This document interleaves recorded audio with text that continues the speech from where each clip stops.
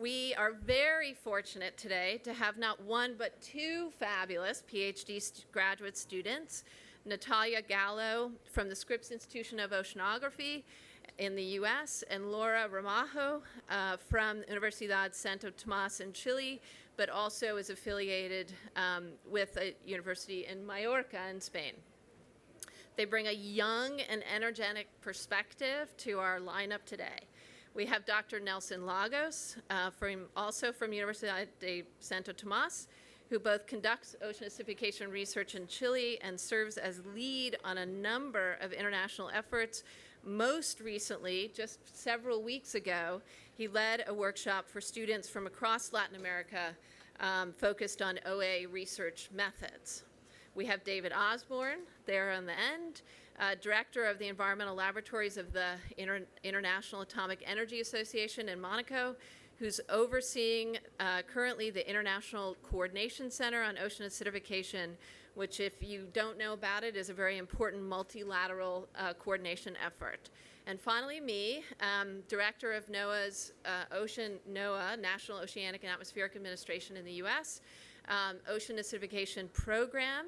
I'm involved in a number of other national and international efforts, including serving as the co-chair of the newly organized Global Ocean Acidification Observing Network, which I will be talking about in my talk. So without further ado, and my name is Libby Jewett. Sorry about that.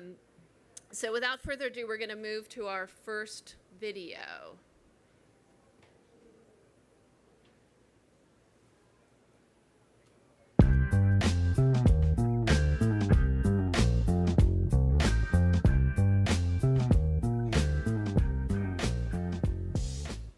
By now you've heard that the way we're living is filling up our atmosphere with carbon dioxide.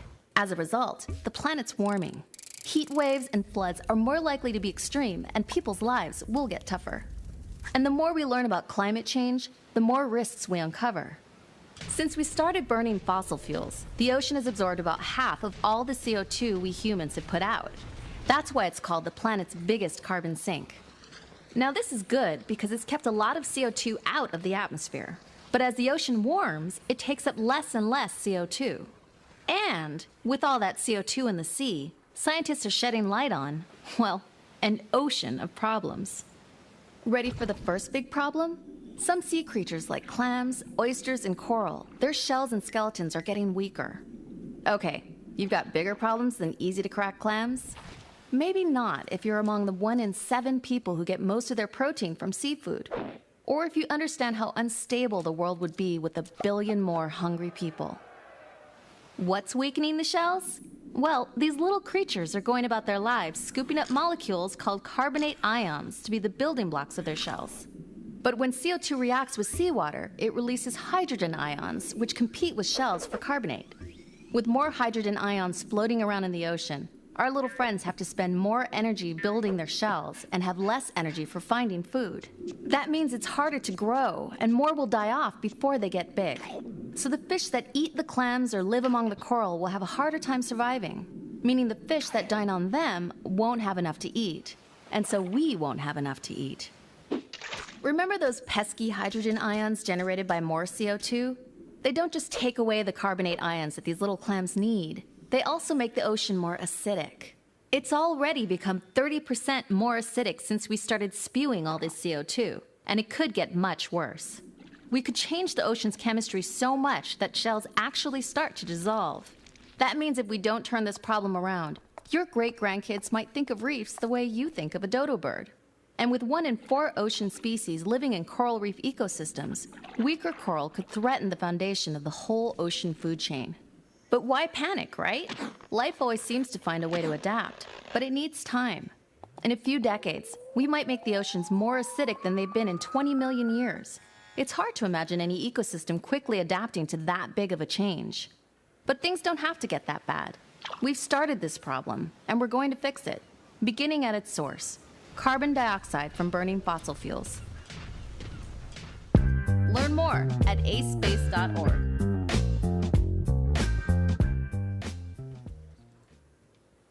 Now we're going to move to Carol Turley, first up. Thank you, Libby, and thanks for the makers of that fantastic animation. Yeah, they call me the Acid Queen. I never know whether that's something to be really pleased about or not, but I think it's a compliment. Could we have the slides back up, please?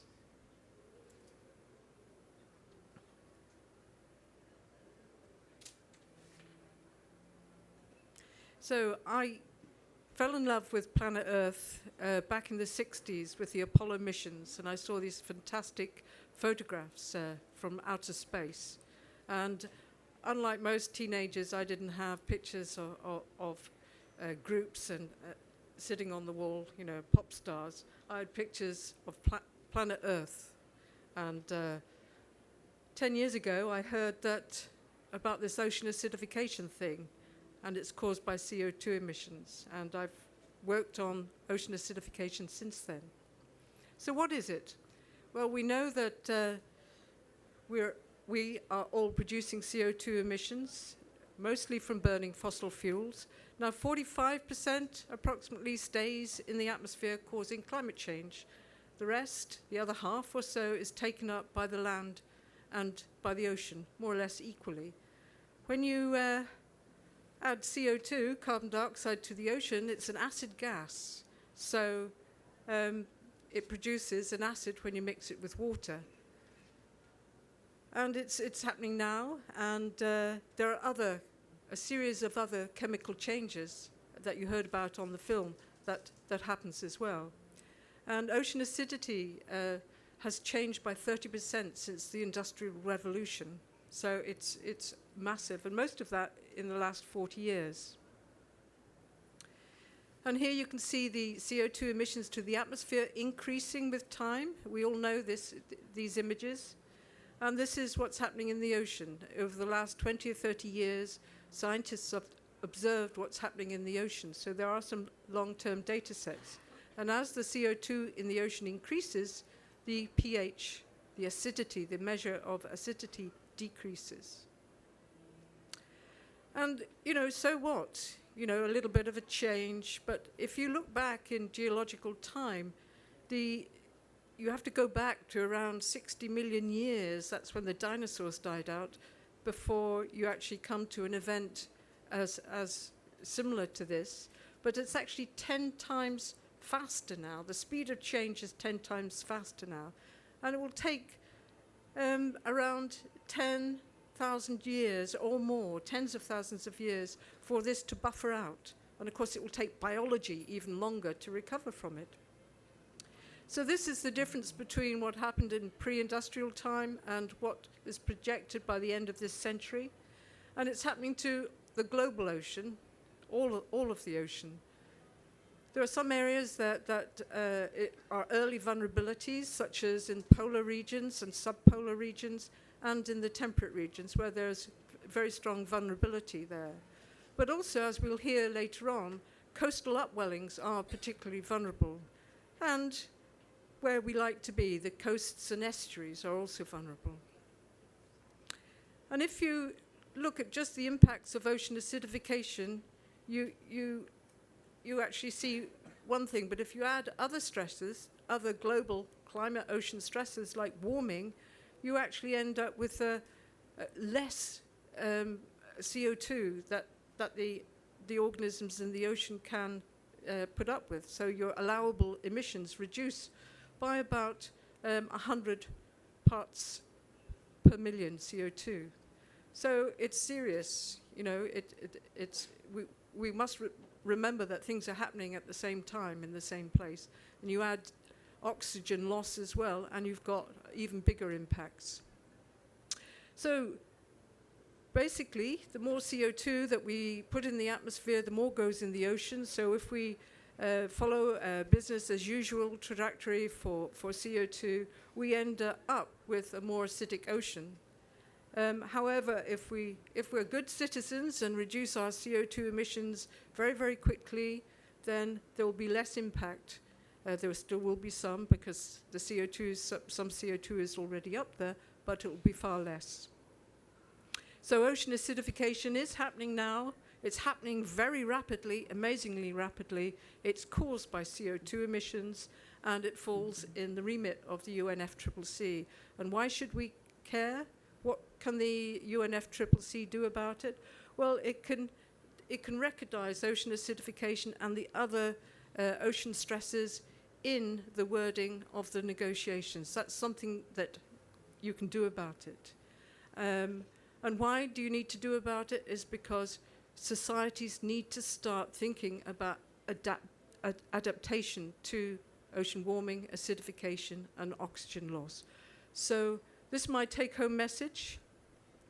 So ocean acidification is happening now. It is serious. It's caused by CO2, and reducing emissions urgently will make a difference. And now I'd like to hand over to Natalia.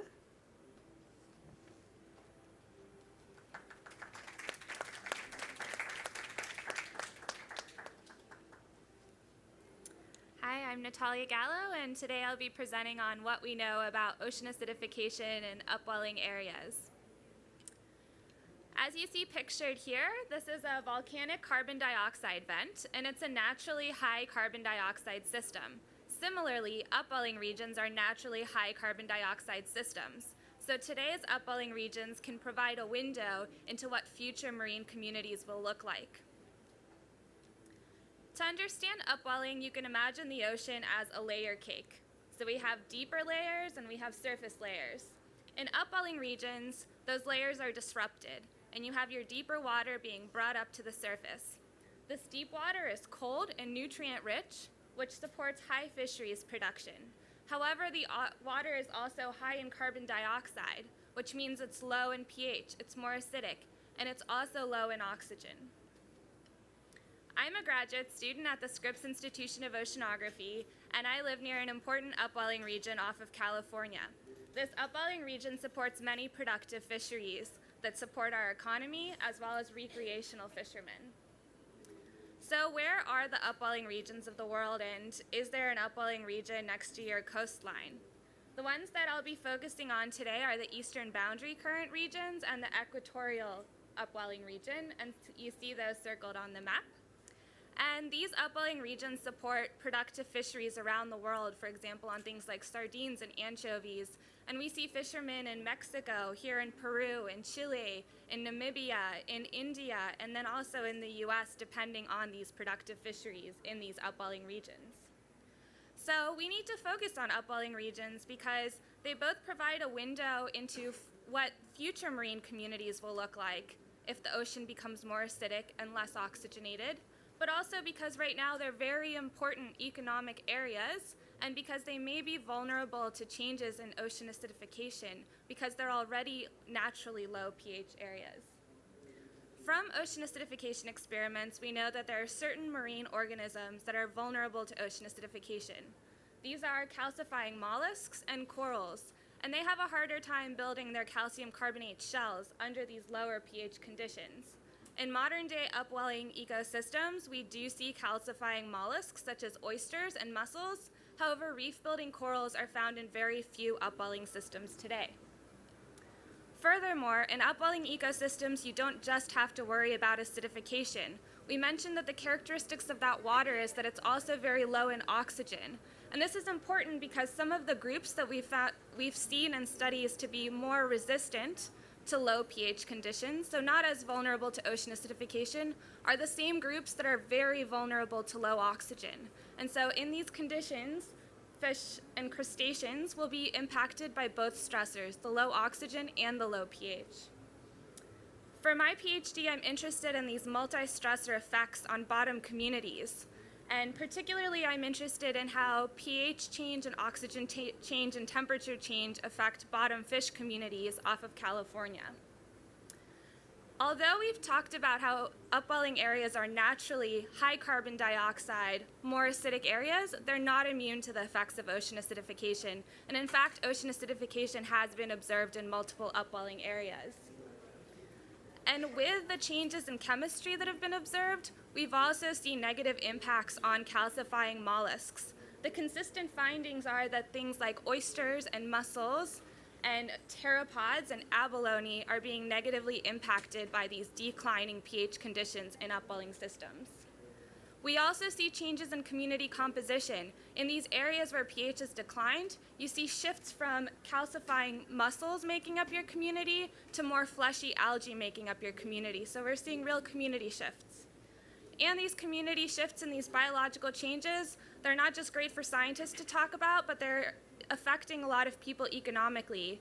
In the Northeast Pacific, in Washington and Oregon, the oyster hatcheries have experienced a lot of economic costs from this because their larval oysters are dying from the declining pH conditions in the water off their coast. So animals in upwelling areas are going to be increasingly vulnerable because they'll be experiencing these multiple stressors. In the future, they'll be experiencing more acidic surface waters, more acidic upwelled waters, increasing surface temperatures, and then also decreasing oxygen levels.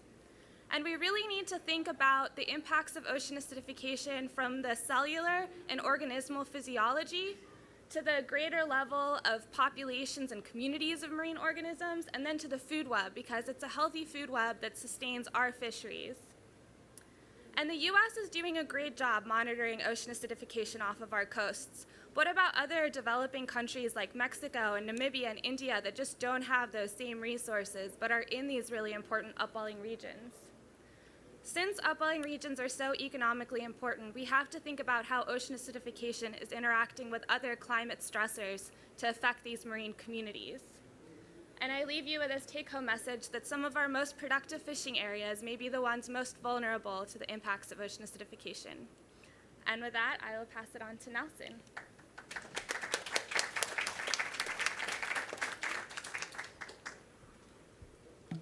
Well, I am Nelson Lagos from Chile.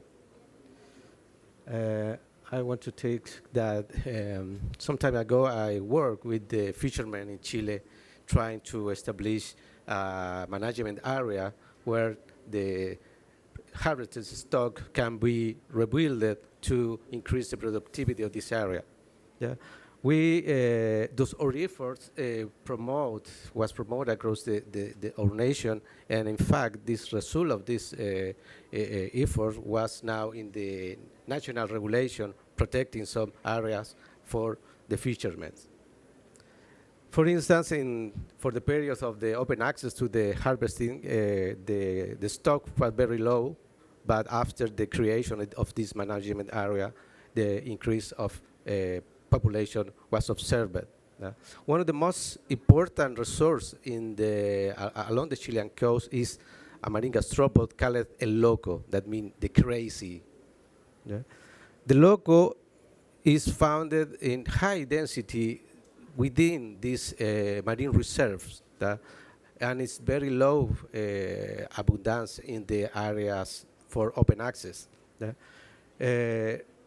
However, this model of the rebuild stock of marine harvested resource now is under a challenge because these reserves are located in the upwelling areas. As you know, as previously told you, Natalia, these areas are vulnerable to ocean acidification. The waters that is upwelled in this ecosystem was in contact with the atmosphere almost 40 years ago, when the atmospheric concentration of CO2 was almost 300 ppm. Now, when the concentration almost reached the 400 ppm, are absorbed by the ocean. So in the next future, 40 years from now, will be more corrosive, so more acidified, and indicating this progressive ocean acidification in the coastal upwelling. The loco, in particular, is strongly sensitive to the change in ocean acidification.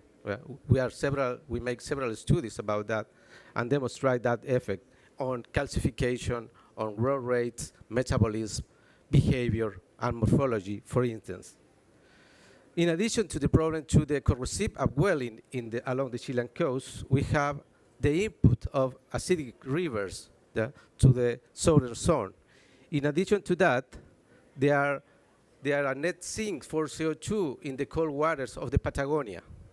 The Patagonia is particularly important because in this area is located the most important farming for mussels, but it's also calcifiers. In addition to the local producer of the mussel farming, there are more industrialized, bigger farmers. But in general, all of them are really concerned because there are strong mortalities and low production of seed in the present. Our research, taking this model species, the Mytilus chilensis, also showed a strong negative effect on production, on biomass production of this organism. In fact, projecting those results, we found that almost 30% of biomass production of mussels in southern Chile could be reduced only by increased ocean acidification. The Patagonian ecosystem, as I told you, is a net sink for CO2 right now. So it's being acidified as the other part of the global ocean, like polar region, etc. And this produces along the Chilean coast strong challenges for the calcify of the organism. In fact, I tell you about mussels and these marine gastropods are impacted by oceanification along the coast. And probably the people relying on these marine resources could be more vulnerable to these impacts in the area. Well, to finalize, I want to tell you that in Chile in particular, there is occurring the ocean acidification right now in the upwelling areas and in the waters of the Patagonian. Yeah? So it's important for us that this ecosystem service that provide the ocean sinking the CO2 could be recognized and used as an argument to reduce emission in particular. Thank you. I want to introduce my student, Laura.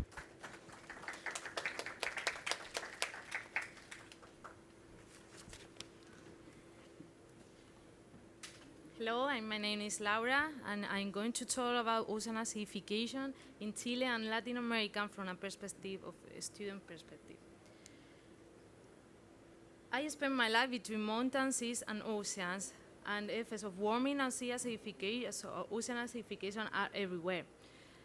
I study ocean acidification effects from the warm and peaceful Mediterranean Sea to the cold and agitated Pacific Ocean.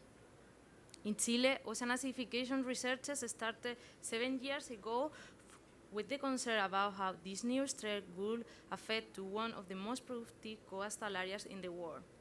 Yes, we are very productive, but we started our study, as Nelson said, with concolepas, one of the most important species to social, economic, and ecologic level. Called loco in Chile is a keystone species distributed for more than 5,000 kilometers and is the most important marine resource suggested to management plan inside of marine protected area.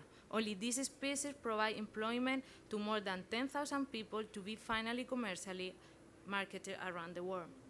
Several field campaigns and laboratory experiments were developed in order to understand how the ocean acidification will impact the ecosystem, the marine ecosystem, and their species in Chile. We know now that all life stages of loco, from when female lays the capsule with the larvae passing juvenile stage to adulthood, will be affected by ocean acidification. Longer developmental period until hatch, reduction in the larva survival, decrease in the cell thickness, and change in their behavior will impact the loco in the future acidified ocean. In addition to the Chilean artisanal fishery, the shellfish industry is also suffering severe problems. It's not weird read in the press that a higher mortality event and decrease in the size of individuals for several species are being recorded in the last time. And this is the reality. Capture of scallop and mussel has been decreasing or experiencing decrease since 2009. So in cooperation with the agriculture industry, we have developed for all this year studies with the Chilean scallop from the northern Chile, and the results are not very present. We observed that natural high events natural low pH events are increasing, and they're affecting the adults and the juvenile of these species, impacting over the energy allocated to reproduction. So we are tending that for this reason, we are tending that with the government, with the industry, and with the research and educational institution work together to confront the ocean acidification threat in order to perform a mitigation strategy and finding solution to avoid the loss of human and economic capital. 2 weeks ago, I had the opportunity to participate in the first Latin American Workshop on Ocean Acidification. This initiative had the objective to create the Latin American network in order to perform research and exchange information about how ocean acidification impacts the Pacific and Atlantic coasts. Several students from Latin American countries and experts of the United States and Europe participate actively and share their experience on ocean acidification topic. They explain about the concern of their respective country, understand and increase the knowledge in ocean acidification topic, and understand how their species and habitat will be impacted by ocean acidification. So I'm not talking about the future, I'm talking about the present. We know, we have the information that atmospheric CO2 goes to the ocean, lowering pH seawater. So we stress that the person who, the institutionals and the government take the information that the industry and the research institution are providing. Ocean acidification is impacting marine resources and their habitats. So we finally stress that the decisions are urgent and they have to avoid the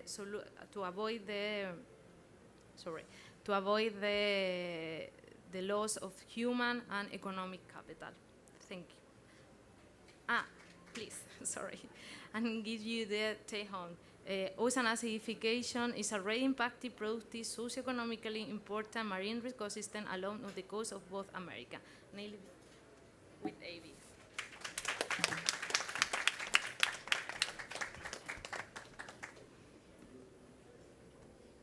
Thank you very much, Laura, and may I also thank the US government for hosting this event. I think it demonstrates the leadership that the US is showing on the issue of ocean acidification. My name is David Osborne, and the task that's left to me is to explore whether or not there is anything we can do to avert this train wreck of ocean acidification. Is there a role for the UN?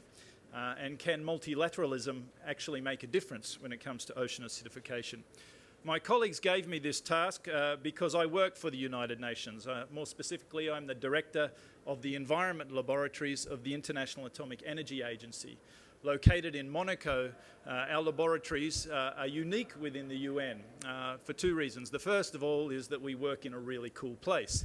This is the view from my office, not to gloat at all. But more importantly, we operate functioning laboratories doing really cool stuff. We monitor the oceans for pollutants, both radioactive and non-radioactive, as well as for changes in chemistry, such as is occurring with ocean acidification. We provide hands-on training for scientists from around the world, and we conduct targeted research using radio tracers, such as calcium-45, and other isotopes to better understand ocean acidification. We also host the Ocean Acidification International Coordination Centre, which seeks to facilitate more research and communication on the issue of ocean acidification. And we've received very strong support from a number of governments, including the USA, for this centre. Earlier this year, US Secretary of State John Kerry highlighted that while there is localized variability in terms of the pH of seawater, the process of ocean acidification is threatening ocean ecology everywhere. This is a very important statement. Ocean acidification is a global problem. It therefore demands a global response. So, what is the science telling us about ocean acidification? What are the impacts on marine life? To try and answer this question, I'd like you to imagine that you Each of you here in the audience today are a marine organism living beneath the sea. This image is you here. First of all, we know that you are most vulnerable to ocean acidification early in your life cycle. This means there's a very strong possibility that you won't make it into adulthood, or at least to the reproductive age. But let's say you're one of the lucky ones who makes it past the larval stage into adulthood.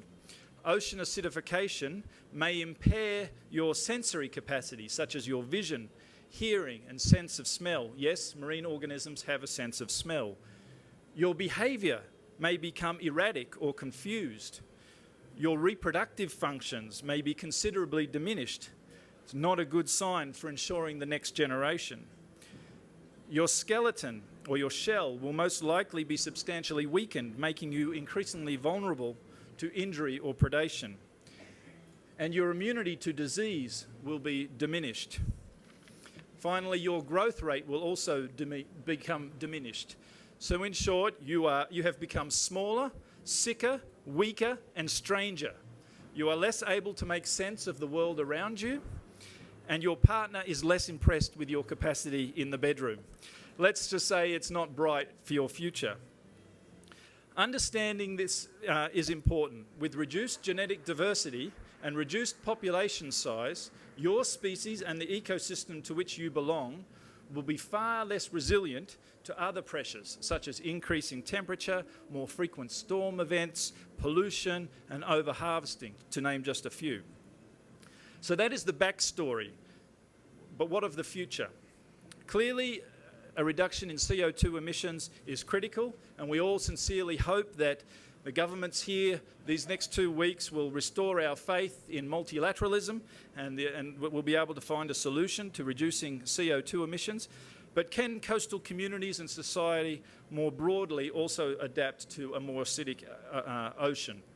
The IPC tells us that transformations in economic, social, technological and political decisions and actions can enhance adaptation. And this is just as relevant to ocean acidification as to any other element of adaptation. Importantly, adaptation responses must be underpinned by effective institutions, good governance, innovation, and sustained investments. Very importantly, adaptation measures to address ocean acidification must be adopted at multiple scales, including at the global scale, and we must act now. As you've heard from the presentations, ocean acidification is already showing deleterious impacts, and we can't delay action any further. It is essential that we adopt a proactive stance. This will require the allocation of new and expanded resources to ocean acidification adaptation measures, including global monitoring, research and training. We will need to identify resilient ecosystems as well as economic sectors that can adapt quickly to change. We need a global conversation on ocean resilience and adaptation. And finally, governments may want to explore a new mechanism under the UNFCCC addressing global oceanic change driven by anthropogenic CO2 emissions. Perhaps this could be launched in 12 months from now in Paris, just a suggestion to the governments in the room. I began by asking whether we can make a difference by working collaboratively. I contend that this is the only way that we can make a difference to ocean acidification. In conclusion, ocean acidification is a global issue. It requires substantial and sustained investment, research and collaboration on a global scale. There's no more time to wait. We must act now. Thank you very much, and I'm going to pass the time to Libby for our final presentation.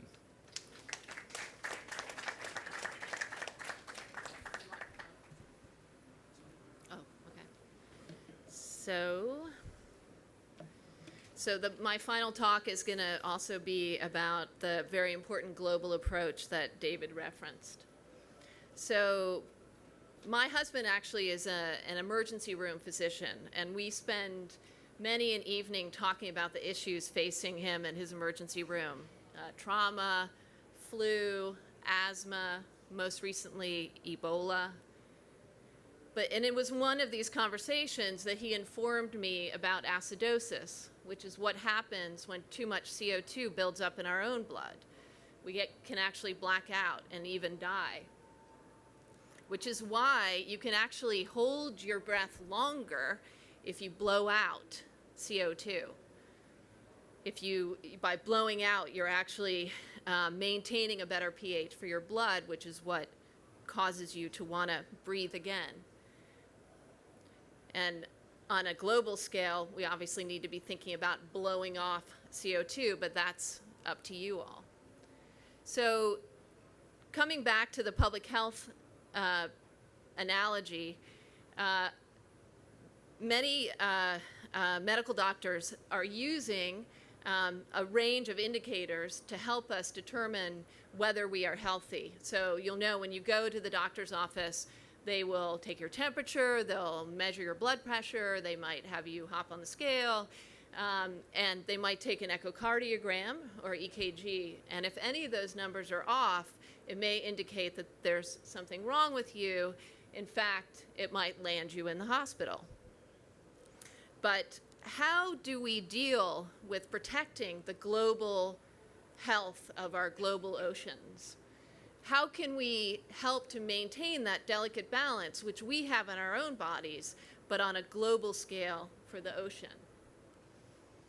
So, akin to a medical diagnosis, the fifth assessment of the Intergovernmental Panel on Climate Change is indicating that as soon levels of carbon dioxide in the atmosphere as low levels as 500 parts per million, we're going to start seeing negative impacts on warm and cold water corals and on mollusks such as oysters, clams, and mussels.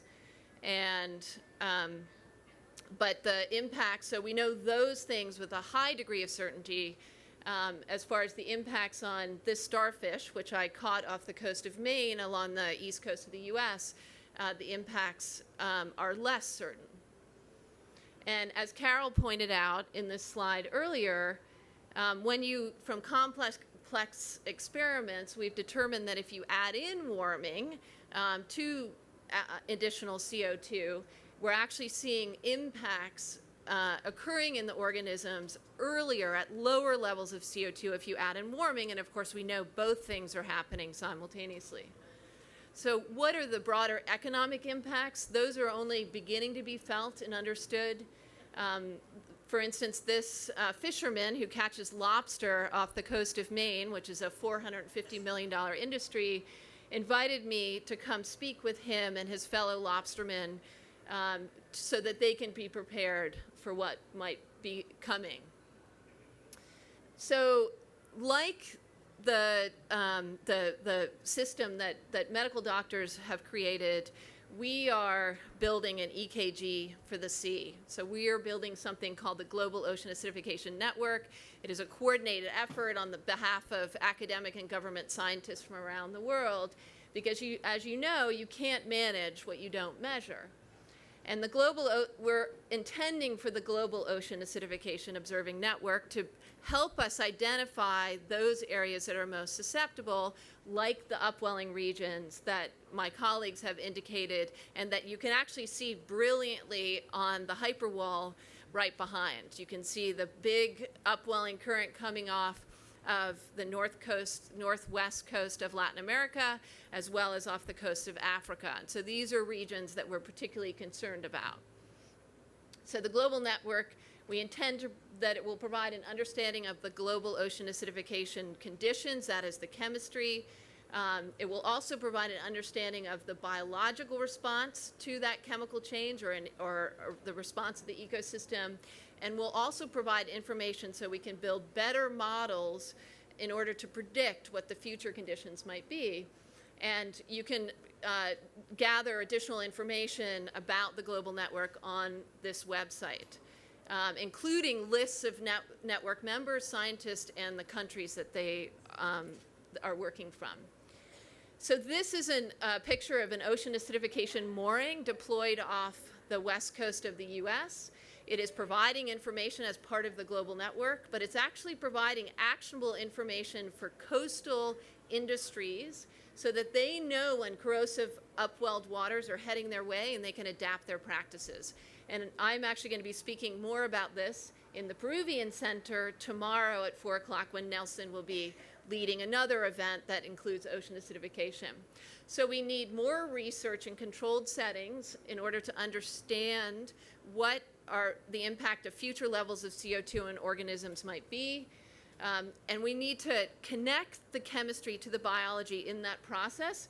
For instance, to this Alaska red king crab, which is a very important fishery, very economically important fishery in Alaska. And the indications to date are that that particular species is very vulnerable to ocean acidification. And as you have also heard, over 1 billion people rely on the ocean for protein. And so this network needs to provide information for them so that they can adapt to the changes to come. And also by building better forecasts, we hope that we can prevent that change from coming because we'll make better decisions now about reducing CO2. So my take home is the global network, which I referenced. We need a global network of observations. It's essential so we know what is happening where, and so people can be prepared. Because even though it's a global threat, the impacts are local. That is what we're worried about. So I'm going to leave you with that, and then we have another video. And actually, before we play that, I have a quick intro. So for 1 year, Alexis Valori-Orton traveled on a Thomas J. Watson Fellowship studying how people around the world might be affected by ocean acidification. She lived and worked with marine-dependent communities in Norway, Hong Kong, Thailand, New Zealand, the Cook Islands, and Peru. This video, which she produced, shares the stories of the communities she lived with. She holds a degree in biology and environmental studies from Davidson College and currently lives in Washington, D.C. So if we can play the video. Imagine that the very ground beneath your feet was at risk of washing away, that the industry your whole community was built on was struggling to survive, that the traditions your culture has employed for centuries simply couldn't be continued. But this isn't the stuff of nightmares. This is reality for communities around the world. The ocean is 30% more acidic than it was 200 years ago, and it is acidifying faster than at any time in Earth's history. Though ocean acidification occurs in the water, its potential impacts stretch far onto land. Around the world, whole economies and cultures are built on threatened resources such as shellfish and coral. In Sechura, a town in the far north of Peru, scallops dominate. From divers who spend 7 hours a day underwater, to artists who sew shells into lamps, to hotel and restaurant owners who benefit from the foot traffic brought by scallops, everyone has a stake in the industry. And this huge diversity of job opportunities brought by scallops brings opportunities and benefits to everyone in the region. You can find the impacts of shellfish even in the places you least suspected. I met this man selling fruit and vegetables in the market with his family in Sechura. When I asked him what he thought about the value of scallops in Sechura, he said to me, "Si no hay conchos en Sechura, no hay nada." If there are no scallops in Sechura, there is nothing. And then there are the things you can't measure. The things that don't come down to a dollar value or even a job. All around the world, fishing communities took immense pride in their seafaring heritage and seafood consumption. In Peru, I watched as villages celebrated El Día de Pescadores, or the Day of Fishermen. In New Zealand, people of both indigenous Maori and Western descent told me of how their identity depended on the availability of seafood, especially shellfish. If you take their sustenance, their culture away, because it's not just a form of food, it's who they are. Mm-hmm. It's part of who that people is. it affects those past and those ahead. Shellfish farmers around the world are having trouble. In New Zealand, mussel and oyster farmers have seen inconsistent or disappearing supplies of wild seed. In the United States, the oyster industry in my home state, Washington, faced 80% mortality in their hatcheries. Scientists and industry members teamed up and found that ocean acidification was the cause of their troubles. Since then, these hatcheries have found a way to keep their businesses afloat. Through complex monitoring and adaptation systems, hatchery managers can change the chemistry of the water flowing into their hatcheries and keep their oysters healthy. But these solutions aren't available in most parts of the world, and they won't work everywhere. For example, in Thailand or Peru, where there are few or no hatcheries, how can this shellfish farmer who hand dredges the mudflats of Bandon Bay, Thailand, in the middle of the night, how can he fight ocean acidification? The only way to truly stop ocean acidification is to curb global CO2 emissions. But while we work towards a carbon-free energy economy, we must work with the marine-dependent communities that have everything on the line. There are things we can do to better understand and respond to ocean acidification. These include building monitoring systems to help us understand current ocean conditions in key seafood-producing regions, as well as conducting further studies on how ecologically and economically important species might be affected.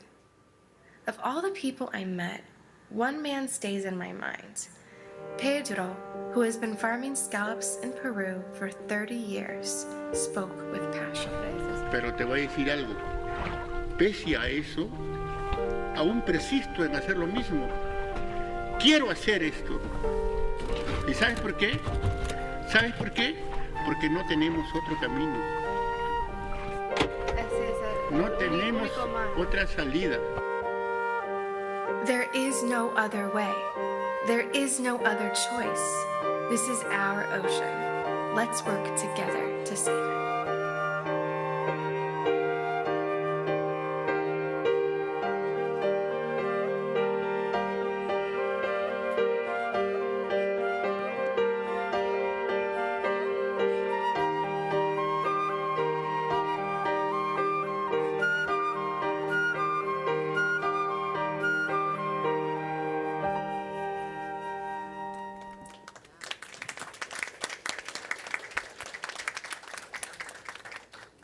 So we, is this on? Does that sound like it's on? Okay. So we would love to take questions for any or all of us, and we have our take-home messages up there in case you want to reference them. So question. Please wait till I get to you with the microphone so everyone on our web audience can hear as well. And let us know who you are and where you're from, please. Thank you. I'm Judy Saw from South African television, and we have a habit of dumping our bycatch into the oceans. And I'm very concerned about this because I believe that that's one of the things that's leading to oxygen events. And I was wondering if it also would have an effect on the acidification as well, because you basically got rotting process taking up oxygen at the same time and leaving the bycatch, the rest of it, the detritus basically.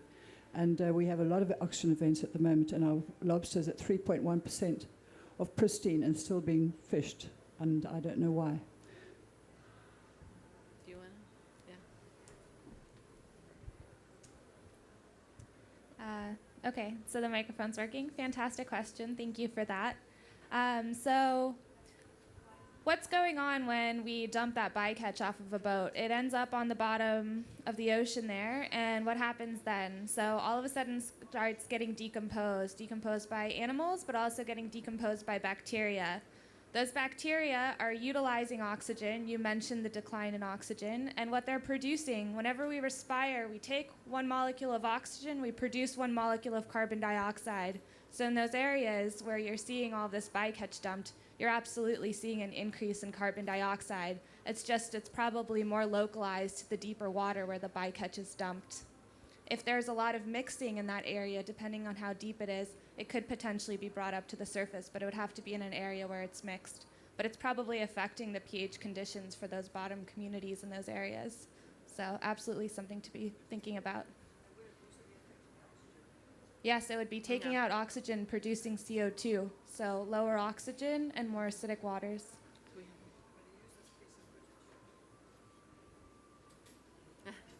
That corner of the room, I'm headed over. In the back. Thank you very much for this presentation and for offering the space here to this important topic. My name is Dorothy Herr from IUCN. You mentioned in your last presentation sort of the indicators that we take by the doctors, and I'm wondering, given the climate convention is very much focused on temperature as an indicator, what's the view of the panel in the sense, do we need another indicator to reflect a little bit more the OA discussion, and if so, which one would that be? You want to go? Carol, probably. Thank you, Dorothea, for that question.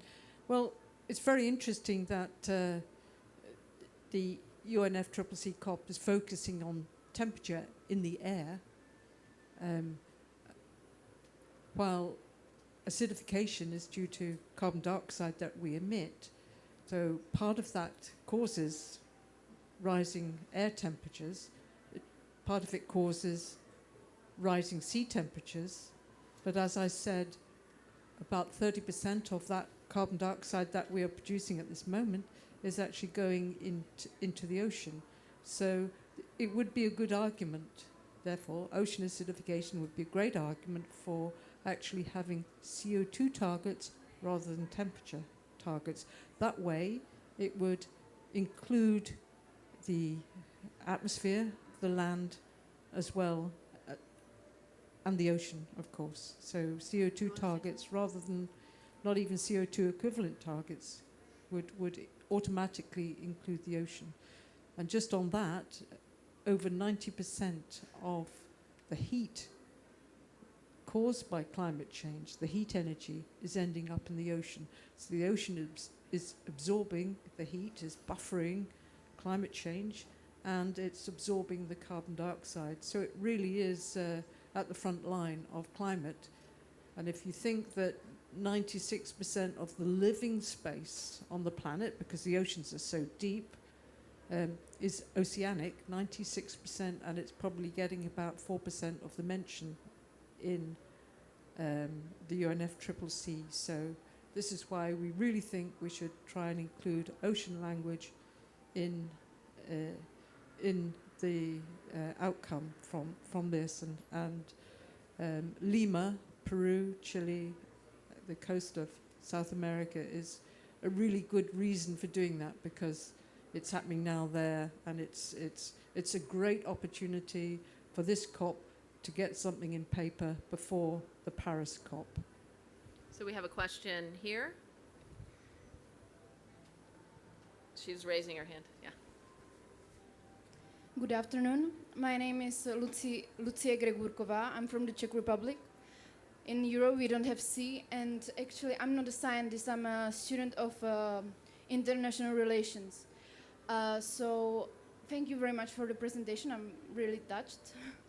And I would like to ask about what a single country can do about diminish CO2 emission, because COP-20 and UNFCCC, it's a multilateral agreement, but it's composed of singular contribution.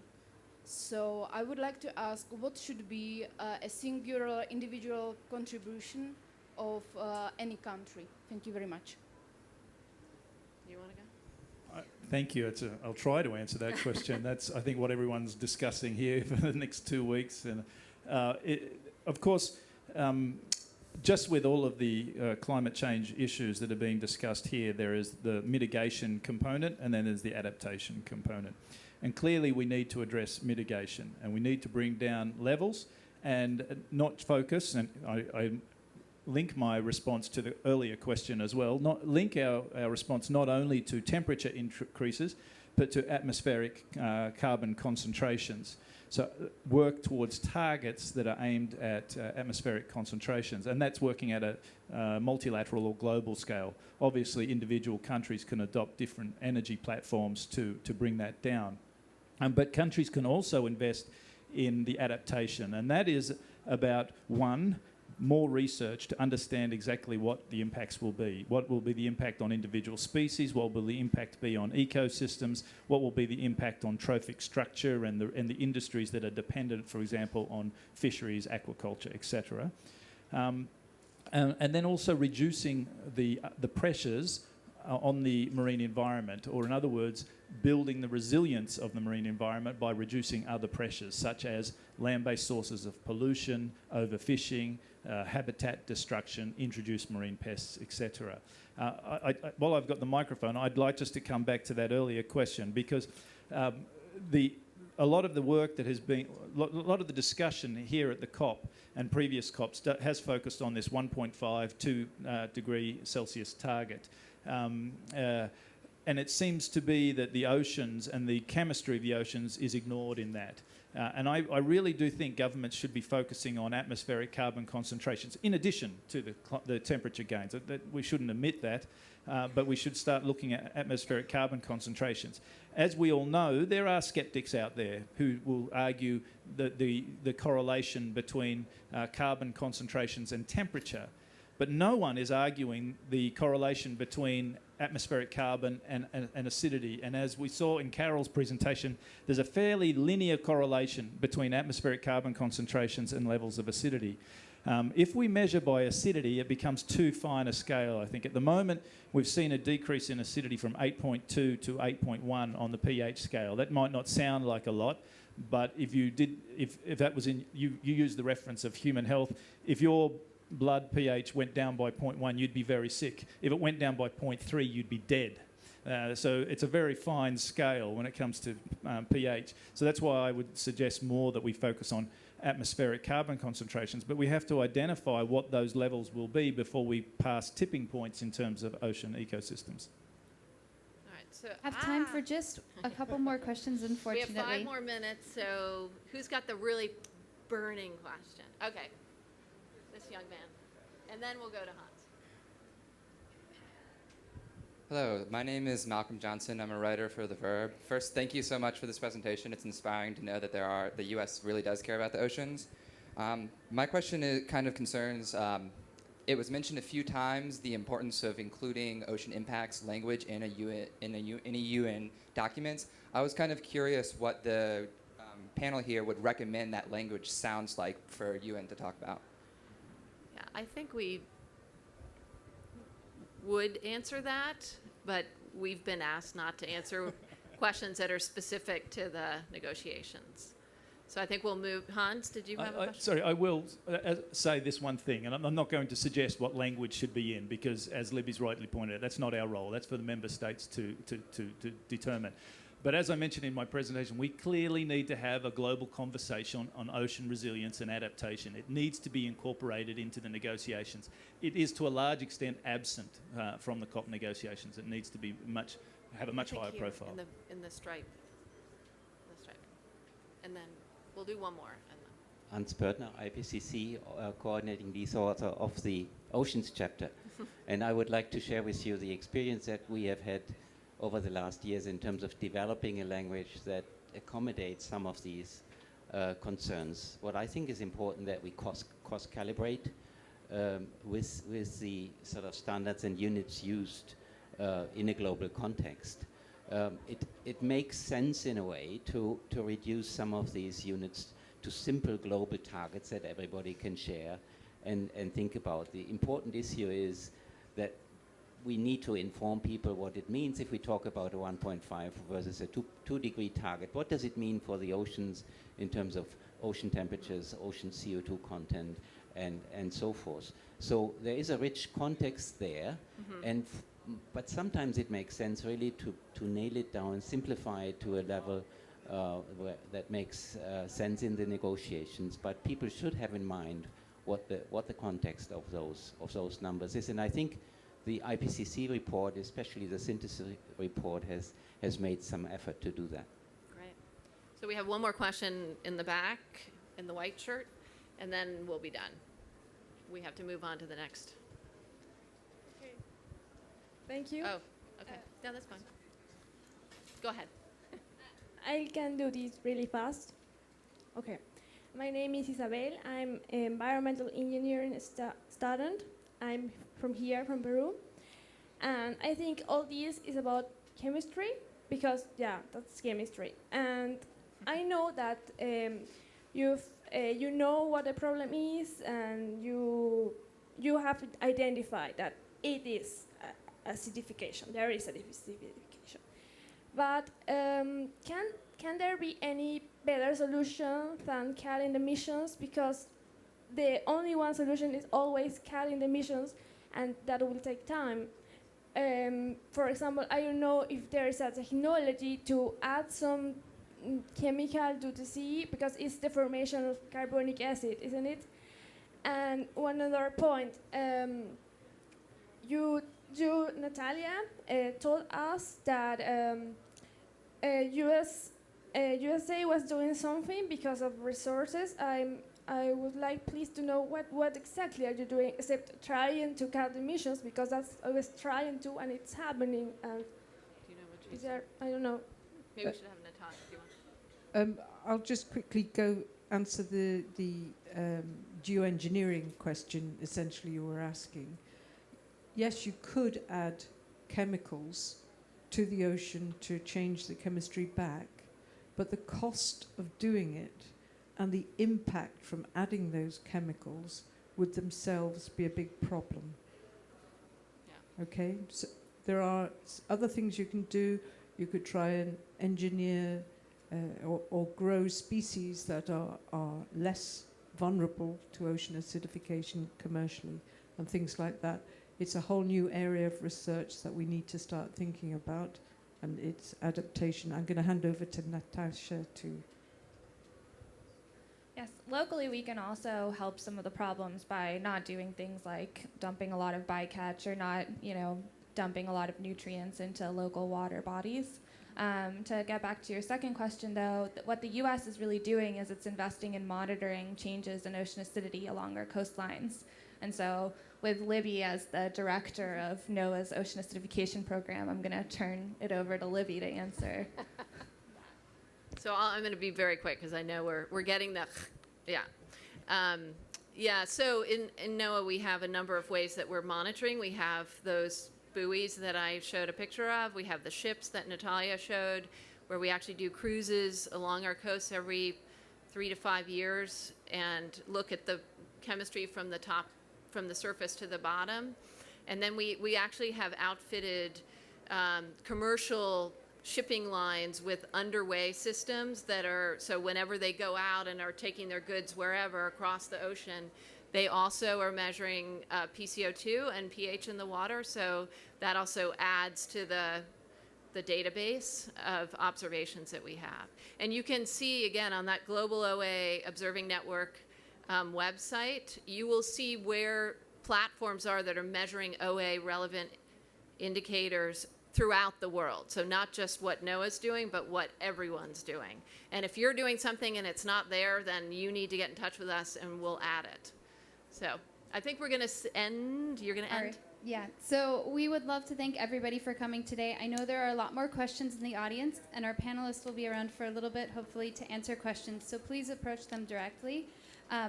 I would like to make sure that everyone grabs one of these on their way out. It includes additional programs that will be occurring through the rest of this week as well as next week. We have some great events, including more presentations here and on the NASA Hyperwall.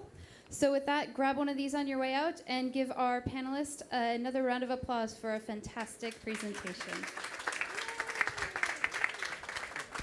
Good job. Good answers. Good job.